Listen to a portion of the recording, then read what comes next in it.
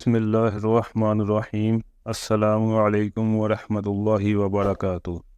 دوستو، جب بھی اللہ کی زمین پہ کسی انسان نے تکبر کیا یا ظلم کیا تو اللہ تعالیٰ نے اسے نشان عبرت بنا دیا۔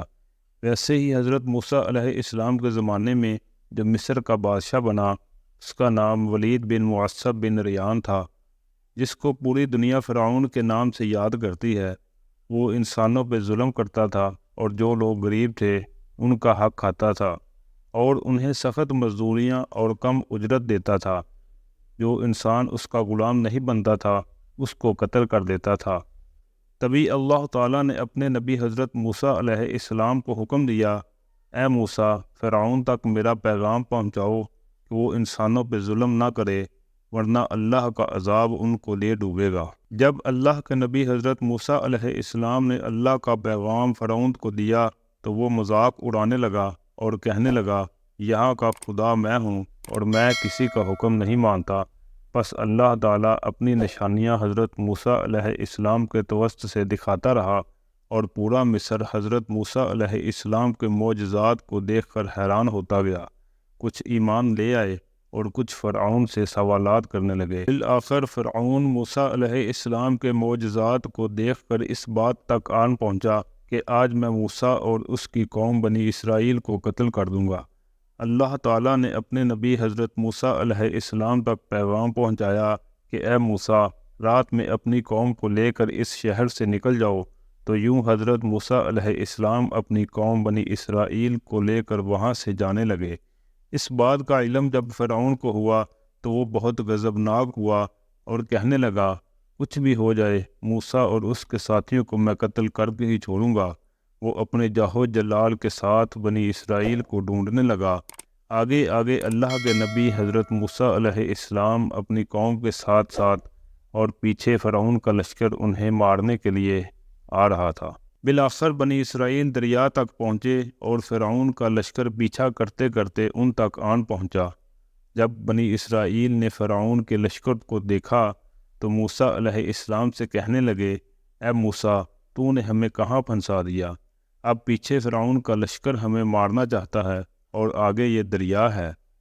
اللہ کے نبی حضرت موسیٰ علیہ السلام فرمانے لگے کہ اے لوگو، گھبراؤ نہیں، اللہ ہمارے ساتھ ہے۔ یہ کبھی ہو ہی نہیں سکتا کہ فرعون اور اس کا لشکر ہمیں پکڑ لے۔ سب کہنے لگے کہ اے موسیٰ، اب ہم آگے کیسے جائیں گے؟ بس اتنی دیر میں غیب سے آواز آئی، اے موسیٰ، اپنا عصا اس دریا میں دے مار۔ جیسے ہی حضرت موسیٰ علیہ السلام نے اپنا عصا دریا میں مارا تو آدھا پانی اس طرف اور آدھا پانی دریا کے اس طرف ہو گیا۔ اللہ تعالیٰ نے رستے کو بیچ میں واضح کر دیا تو بنی اسرائیل کے قبائل کے کچھ لوگ کہنے لگے، اے موسیٰ، اپنے خدا کو کہنا کہ ہمارے لیے الگ الگ رستے بنا۔ اللہ کے نبی حضرت موسیٰ علیہ السلام نے اس دریا میں 12 جگہوں پر عصا مارا اور 12 الگ الگ رستے بن گئے۔ وہ 12 قبائل الگ الگ ہو کے دریائے نیل سے گزرنے لگے۔ جیسے ہی یہ منظر فرعون اور اس کے لشکر نے دیکھا تو وہ بھی ان رستوں پہ حضرت موسیٰ علیہ السلام اور ان کی قوم کے پیچھے آ گئے۔ جیسے ہی حضرت موسیٰ علیہ السلام بنی اسرائیل کے ساتھ دریا کے دوسری طرف پہنچے، دریا کے بیچوں بیچ فرعون اور اس کا لشکر ابھی موجود تھا۔ اللہ نے پانی کو پھر سے حکم دیا، اب ویسے ہی ہو جا جیسے پہلے تھا۔ تو وہ پانی پھر سے مل گیا اور فرعون اور اس کا لشکر ڈوب کر غرق ہو گیا۔ یہ پورا منظر حضرت موسیٰ علیہ السلام اور ان کی قوم دیکھ رہی تھی۔ فرعون چیخ کر کہنے لگا، میں بھی موسیٰ اور ہارون کے اللہ کو تسلیم کرتا ہوں، میں بھی ایمان لاتا ہوں۔ موسیٰ کا اللہ بڑی قدرت والا ہے۔ اتنی دیر میں آواز غیب آتی ہے کہ اے فرعون، اب ایمان لاتا ہے جب تو دوزخ کی دہلیز پر پہنچا ہے۔